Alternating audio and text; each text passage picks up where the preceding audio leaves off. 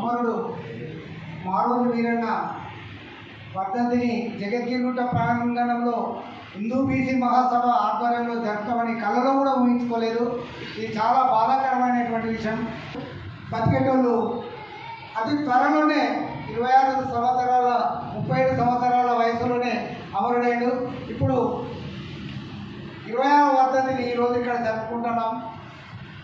తను ఏదైతే ఆశయాన్ని నెరవేర్చుకున్నాడో బడుగు బలహీన వర్గాలకు న్యాయం జరగాలని, విప్లవోద్యమంలో కూడా అగ్రవర్ణాల ఆధిపత్యాన్ని ఎదిరించి అసలు కులాలతోటే ప్రతి కులాన్ని అణగారిన కులాలను పోరాటం చేస్తేనే మనకు దక్కుతుందని చెప్పి మారోజు వీరన్నకు సహచరుడైనటువంటి భక్తుల సిద్ధేశ్వర్ పటేల్ గారిని వెంబడేసుకొని ఆ రోజు కులాల వారీగా చాకిరే దెబ్బ, తుడుం దెబ్బ, నంగార బేరి, ఇలా మోకు దెబ్బ, గూటం దెబ్బ, ఇట్లా అన్ని కులాలకు వర్తించినట్టుగా అన్ని సంఘాలను సంఘటితం చేస్తూ నేను అన్నకు పరిచయం నాటికి అప్పటికే కరపత్రాలు రిలీజ్ అయినాయి.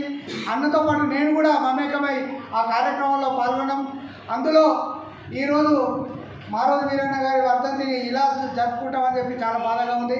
కాకపోతే మారోజు వీరన్న యొక్క ఆశయాలను తన ఆశయాలుగా తన భుజస్కంధాలకు ఎత్తుకొని ఈరోజు భక్తుల సిద్ధేశ్వరన్న ఈ కులాల వారీగా గణన జరగాలని చెప్పి ఇక్కడ తెలంగాణ రాష్ట్రంలో కాంగ్రెస్ ప్రభుత్వం 42% డిక్లరేషన్ ఇస్తాన దాని మీద గాంధీ హాస్పిటల్లో 12 రోజులు ఆమరణ నిరాహార దీక్ష చేసి ఇక్కడ సఫలీకృతమై దీనిని మళ్ళీ పార్లమెంట్లో కేంద్ర ప్రభుత్వం ద్వారా కూడా ఢిల్లీ కేంద్రంగా 22 రోజులు తన ప్రాణత్యాగానికి సిద్ధమై 22 రోజులు ఆమరణ నిరాహార దీక్ష చేసి కేంద్ర ప్రభుత్వం మోడీ గారిని యొక్క ఒప్పించి మెప్పించి జనగణలో కులగణ సాధించుకొని ప్రకటన తీసుకొని వచ్చినందుకు నేను మారోజు వీరన్నకు నివాళులర్పిస్తూ మా భక్తుల సిద్ధేశ్వరన్న పటేల్ గారికి మనస్ఫూర్తిగా పాదాభివందనం చేస్తూ నాకు ఈ అవకాశం ఇచ్చినందుకు సెలవు తీసుకుంటూ సెలవు ఇప్పటికీ స్నేహం ఎప్పటికీ కోరుకుంటున్న మీ కొంగర నరహరి హిందూ బీసీ మహాసభ వర్కింగ్ ప్రెసిడెంట్ మరియు అంబేద్కర్ ఆజాదీ సంఘం